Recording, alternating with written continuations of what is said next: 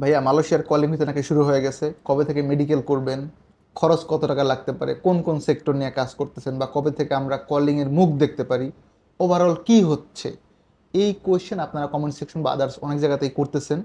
তো আমি চেষ্টা করবো এই ভিডিওটাতে আপনাদেরকে একটা তথ্য দেওয়ার জন্য রিগার্ডিং মালয়েশিয়ার কলিং ভিসা এবং আমাদের যে অবস্থান এইটা রাইট নাও কি আছে এবং কোন কোন স্টেপে কি হতে পারে। তো আমি রিকোয়েস্ট করবো ভিডিওটা প্লিজ শেষ অবধি দেখবেন যেন আপনাদের কোনো কনফিউশন না থাকে। হ্যালো এভরিওয়ান, আসসালামু আলাইকুম, রাকিব খান ফ্রম টিগল, welcome to another new video. দেশ এবং দেশের বাইরে যারা আমাকে দেখতেছেন আশা করি সকলে অনেক অনেক বেশি ভালো আছেন। আজ থেকে আরও 15 দিন আগে আমি একটা ভিডিও আপলোড করেছিলাম যে 15 তারিখে মালয়েশিয়াতে একটা মিটিং আছে।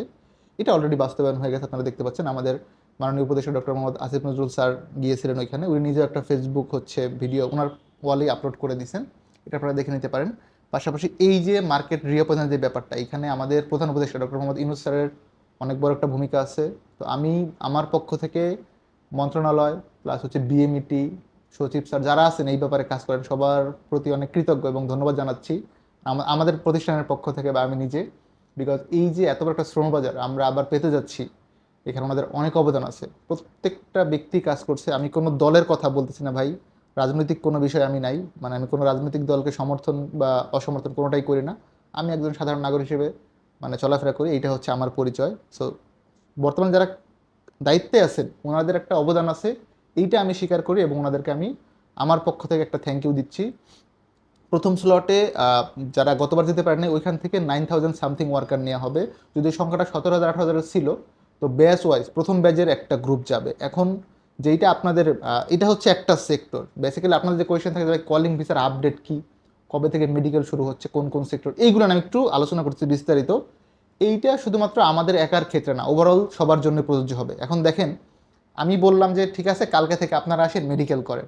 এখন এটার কোনো ইনস্ট্রাকশন কি গভর্নমেন্ট দিছে যে কোন সেক্টরে মেডিকেল করাবেন বা কোন সিস্টেমে?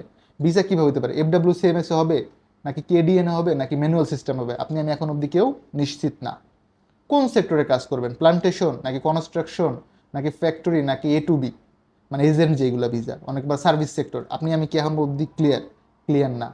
হয়তোবা যারা অনেক বড় এজেন্ট বা যারা সরাসরি কোম্পানি থেকে কাজ ডিল করতেছে ওনারা কিছুটা হলেও অবগত, কিন্তু সেটার একটা লিখিত রূপরেখা আসবে যখন 31শে ডিসেম্বর অবধি ছিল আমাদের একটা ডিটেলস যে 31শে মার্চ বা মানে গত স্লটে যেটা ছিল ওইখানে কিন্তু একটা নির্দেশনা ছিল যে কত টাকা দিয়ে মেডিকেল করবেন ম্যানুয়াল সিস্টেমে, 500 বা 1,000 টাকার মেডিকেল কোন সিস্টেমে ভিসা হবে, এই ডিটেলসগুলো উল্লেখ করা ছিল।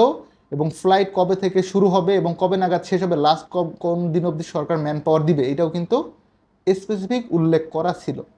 এখন এই ঘোষণাপত্র ছাড়া মেডিকেল করাটা আসলে ঠিক হবে না। তাহলে ভিডিও কেন মেক করতেছেন? আচ্ছা, মালয়েশিয়ার কলিং ভিসার ব্যাপারটা খুবই সেন্সিটিভ। আমি ব্যক্তিগতভাবে, যেটা আমার গত দুইবার দুই কলিংয়ে কাজ করা হয়েছে, প্রথমবার 22-এ, এরপরের সেকেন্ড কলিংয়ে আমরা বেশ কিছু লোক ওয়ার্কার ভাইকে পাঠানোর সক্ষমতা হয়েছিল আমাদের, আলহামদুলিল্লাহ। তো এখানে বেশ কিছু বিষয় আসলে জড়িত, আমি এগুলো ক্লিয়ার করতেছি। আপনাদের কাছে আমার অনুরোধ থাকবে একটু বুঝবেন, এইটা আমার একার জন্য না। আপনি যদি অন্য কোনো এজেন্সির মাধ্যমে যান, আলহামদুলিল্লাহ যাবেন অবশ্যই, তো সকলের ক্ষেত্রে বিষয়টা প্রযোজ্য। কোন সিস্টেমে মেডিকেল হবে এটা জানা খুব জরুরি। আপনার ভিসা সিস্টেমটা কী হবে, হ্যাঁ, এখানে অনেকগুলো সিস্টেম আছে, FWCMS, আরও বেশ কিছু বিষয় থাকে, ইপ্যাক্স হবে বা মাইগ্রাম, অনেকগুলো বিষয় আছে। এটা আসলে এই ভিডিওতে আপনাদেরকে আমি এক ভিডিওতে বলা সম্ভব না, বিশাল বড় একটা সিনেমার মতো বিষয় থাকবে। তো আমি যেটা আমার এন থেকে ক্লিয়ার করব, আমরা যেটা করতেছি, অনেকে আমি দেখলাম যে অনেকে সার্কুলার করে ফেলছে। দেখেন, এখন অব্দি কোনো কিছুই 100% আমার হাতে ক্লিয়ার না। আমি যেটা করতে পারি সেটা হচ্ছে, গত কলিংয়ের জন্য যারা পাসপোর্ট দিয়েছিলেন আমাদের কাছে, অনেকে আমরা পাসপোর্ট রিটার্ন করে দিয়েছিলাম। অ্যান্ড আমি প্রাউডলি বলতে পারি রিগার্ডিং মালয়েশিয়া, শুধু মালয়েশিয়া না, সব দেশের ক্ষেত্রেই ফায়াজ ইন্টারন্যাশনাল বা আমি রাকিব খান কোনো যাত্রীর একটা টাকা বা একটা পাসপোর্ট আমরা কখনোই আটকে রাখি নাই বা হয়রানি করে নাই। অনেকে এসে বলছে ভাই হচ্ছে না, বা আমি নিজে থেকে বলছি ভাই হচ্ছে না, পাসপোর্ট অ্যান্ড টাকা ব্যাক নিয়ে যান, আমি কিন্তু ফেরত দিয়ে দিয়েছিলাম। যাদের পাসপোর্ট অ্যান্ড টাকা ফেরত দিয়েছিলাম আপনারা চাইলে সাবমিট স্টার্ট করতে পারেন। এখন আমরা পাসপোর্ট নিয়ে স্টার্ট করছি, বাট নো মেডিকেল, এখন অবধি কোনো মেডিকেল বা ভিসার ডিটেলস আমরা বলতে পারতেছি না। কত টাকা খরচ হবে, কোন সিস্টেমের ভিসা, এগুলো না জেনে আপনাকে আমি খরচ কীভাবে বলবো। এখন বলতে পারেন ভাই তাহলে পাসপোর্ট কেন কালেকশন স্টার্ট করতেছেন? ওকে, পাসপোর্ট স্টার্টের বিষয়টা বলি। ধরেন ভালো একটা কোম্পানি হায়ার করলো, সে ফর এক্সাম্পল হটলাই, পোলট্রি ফার্ম বা হচ্ছে একটা ফ্যাক্টরি, অনেক কোম্পানিতে আমরা গতবার কাজ করেছিলাম। ওই সময় যেটা হবে, অনেক বেশি ভিড় হবে, বা আপনি আসবেন, জানবেন, বুঝবেন, কথা বলতে বলতে দেখা যাচ্ছে আমরা এত বেশি প্যারায় থাকবো, আপনার সাথে ওইভাবে টাইম দিতে পারবো না। এখন মোটামুটি প্রিপারেশন ফ্রি আছে, আপনি অফিসে আসলেন, এসে কথাবার্তা বলে গেলেন, সম্ভাব্য একটা ধারণা পেয়ে গেলেন, তখন একটা টেস্ট মেডিকেল করে আপনার অবস্থান দেখলেন যে আপনি মেডিকেলে ফিট আছেন কি না। আপনার অফিসটা চেনার বিষয় আছে, লোকেশনটা বোঝার বিষয় আছে। হুট করে আপনি এসে একটা ভিসা করলেন, এইটা আসলে একটু আমার মনে হয় যে সেন্সিটিভ। একটা ব্যক্তি সম্পর্কে আপনার জানা দরকার। পাসপোর্ট এসে জমা দিলে কথাবার্তা বলে গেলে আপনি একটা ধারণা পেলেন সম্ভাব্য কত খরচ হতে পারে, কোন কোম্পানির ক্ষেত্রে কী বিষয়, কলিং ভিসার প্রসিডিওর অনেকে জানেন না, কোন ধাপে কী করতে হয়, পুলিশ ক্লিয়ারেন্স লাগে কিনা, অনেক প্রশ্ন করেন ভাই মালয়েশিয়া কলিং ভিসার জন্য কোনো পুলিশ ক্লিয়ারেন্স সার্টিফিকেট লাগে না। তো স্টেপগুলো বোঝাও একটা জরুরি, যেটা করতে পারেন।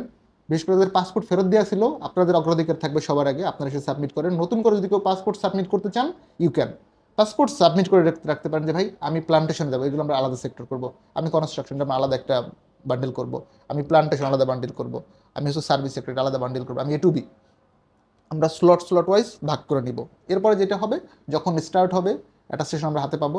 বিভিন্ন এজেন্সি আছে, বড় বড় কোম্পানি যারা বিভিন্ন কোম্পানির কাজ দিবে, যেগুলো ইন্টারভিউ লাগবে ওইগুলো ইন্টারভিউ করবেন, যেগুলো ইন্টারভিউ লাগবে না ইন্টারভিউ ছাড়া হচ্ছে মেডিকেল রিপোর্ট হবে। টেস্ট মেডিকেল রিপোর্ট থাকলে অনেক সময় কিছু কোম্পানি যেটা করে ডেটা চায় যে ভাই আমার এই কোম্পানির জন্য 10টা পাসপোর্টের কপি লাগবে, আপনি একটু আমার ডেটাগুলো দেন। এখন এই ডেটা আমি সাবমিট না করলে কোম্পানি আমাকে ইয়ার দিবে না, ক্লিয়ারেন্স দিবে না। কোম্পানি থেকে একটা সাবমিশন লিস্ট দেয় বা হচ্ছে সিলেকশন লিস্ট দেয়। আমরা ধরেন সে ফর এক্সাম্পল RBM এর জন্য আমরা 20টা পাসপোর্ট পাঠালাম, এখান থেকে 3টা সিলেকশন পাইলাম, যে এই 3জনকে আমরা চান্স করলাম বা কোয়ালিফাই করলাম বা সিলেক্ট করলাম, আপনি 3জনকে মেডিকেল করান, তখন আমি মেডিকেলটা করাবো। এখন কোম্পানির পারমিশন বা ক্লিয়ারেন্স আমি মেডিকেল করালে আলটিমেটলি আপনার ভিসা করতে পারবো, এটা সম্ভব না। এখন আমি কখন সার্কুলার দিব, আপনি ওইটা কখন দেখবেন, আপনি আসবেন, এরপরে টেস্ট মেডিকেল করবেন, ফিট হবেন, আবার মেডিকেল করবেন, এটা একটা লম্বা প্রসিডিওর।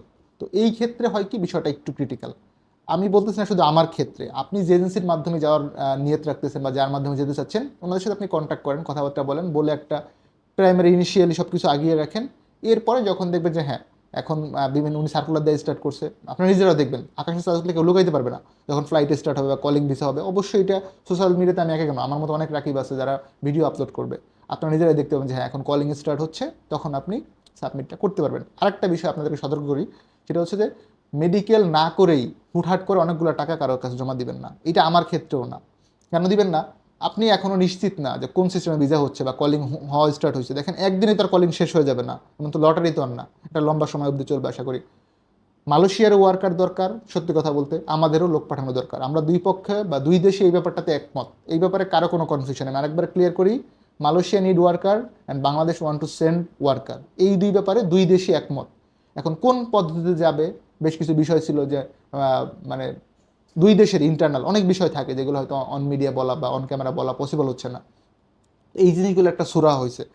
আসিফ নজরুল স্যার যাওয়ার পরে কিন্তু মোটামুটি বেশ কিছু বিষয় আমাদের ডিল হয়েছে। তো আমি এটাকে খুব ভালোভাবে দেখতেছি, অভিনন্দন। এবং সবথেকে বড় ব্যাপার, আমাদের এত বড় একটা শ্রম বাজার আমরা আবার পাচ্ছি। তো মালয়েশিয়ার ভিসার ক্ষেত্রে ইন্টারভিউটা খুব কম লাগে সৌদির মতো না, আর এখানে সিস্টেমটা খুব ইজি। সৌদির ক্ষেত্রে যেটা হয় যে ইন্টারভিউ করতে হবে, এরপরে মেডিকেল, তারপরে হচ্ছে তাকামুল, ফিঙ্গার, পুলিশ ক্লিয়ারেন্স, অনেক বেশি মানে লম্বা প্রসেস। মালয়েশিয়ার ক্ষেত্রে এত কঠিন প্রসেস না, সিম্পল প্রসেস। আপনার ডেটা থাকবে, সাবমিট করা হবে কোম্পানি থেকে, কলিং অনলাইন হয়ে যাবে, কলিং পেপার পাবেন, ওই কলিং পাওয়ার পরে ট্রেনিং ফিঙ্গার ডান, বাকি ট্রেনিং ফিঙ্গার করে ফেললেন, ভিসা হবে, ফ্লাইট, ম্যান পাওয়ার হয়েই ফ্লাইট। তো সব প্রসেস করতে মালয়েশিয়াতে অনেক সময় 1 মাসের মধ্যে ফ্লাইট করা পসিবল। 1 মাস কেন, 15-20 দিনে অনেক ফ্লাইট গেছে, যেটা আমার গতবার 2022 সালের ট্র্যাক রেকর্ডে আছে, হয়তো ভিডিও আছে, আপনারা দেখে নিতে পারবেন। আমি অনেক বেশি লোক পাঠাইতে পারছি এরকম না, বা এখনও পারবো হামরি, এটাও না। আমি যেটা চেষ্টা করি সেটা হচ্ছে যে ভাই পড়াশোনার পাশাপাশি অথেন্টিক ওয়েতে যদি আমি 5 জনকে পাঠাইতে পারি এই কলিংয়ে, আমার জন্য এটা অনেক বড় অ্যাচিভমেন্ট, এবং তারা যেন গিয়ে ভালো থাকে, এই জিনিসটা আমরা ক্লিয়ার করতেছি। সো ওভারঅল যদি আমি আপনাদেরকে ক্লিয়ার করি, মালয়েশিয়ার কলিং ভিসা আলহামদুলিল্লাহ স্টার্ট হতে যাচ্ছে, যতটুকু আমি ঘোষণা পেয়েছি, এবং সেটা আপনারাও দেখছেন, এটা সরকার কর্তৃক ঘোষিত। জানলে অগ্রিম বলার কোনো সুযোগ আমাদের হাতে থাকে না। কবে থেকে মেডিকেল স্টার্ট, একটা অ্যানাউন্সমেন্ট অবশ্যই মন্ত্রণালয় বা বিএমইটির পক্ষ থেকে একটা দিক নির্দেশনা পাওয়া যাবে, এটা আপনারা পেয়ে যাবেন ইনশাল্লাহ। রাইট না আমরা পাসপোর্ট নিয়ে স্টার্ট করতেছি, সবগুলো সেক্টরই হয়তো বা ইনশাল্লাহ লোক যাবে, এটা মোটামুটি নিশ্চিত। প্রথম ব্যাচে গত বছর যারা মানে ভিসার পর যেতে পারেন এনাদেরকে ফ্লাইট দেওয়া হচ্ছে, এবং এটা ধাপে ধাপে সবগুলো সেক্টরই খুলে যাবে। মানে এটা কয়দিনে হবে স্পেসিফিক তারিখ বলা আমার পক্ষে এখন অবধি সম্ভব না, এবং আমি আপনাদেরকে কখনোই অনিশ্চিত কোনো বিষয়ে বলি না, ইনশাল্লাহ ভবিষ্যতে বলবো না। আমরা পাসপোর্ট নিয়ে স্টার্ট করছি, সাবমিশন নিচ্ছি, এখন অবধি কোনো কিছু না, জাস্ট একটা টেস্ট মেডিকেল আপনি চাইলে করে রাখতে পারেন যে আমি কোনোভাবে অসুবিধা আছে কি না। খরচের ব্যাপারটা এখন অবধি নিশ্চিত না, বিভিন্ন এজেন্সি যেইভাবে খরচ দিবে আমরা জাস্ট ওই অনুযায়ী আপনাদেরকে বলতে বাধ্য, বিকজ আমার পক্ষে কোটি টাকা ইনভেস্ট করে মালয়েশিয়ার ভিসা কেনার মতো সক্ষমতা নেই। আমরা এজ এজেন্ট বা টুকটাক কাজ করে থাকি, এটা আপনারা অবগত আছেন। আমি হয়তো বা ঈদের ছুটিতে মালয়েশিয়াতে থাকবো ইনশাল্লাহ, এইটুকু মোটামুটি বলতে পারি। বেশ কিছু বিষয় নিয়ে আপনারা হয়তো ওইখান থেকে আপডেট পাবেন।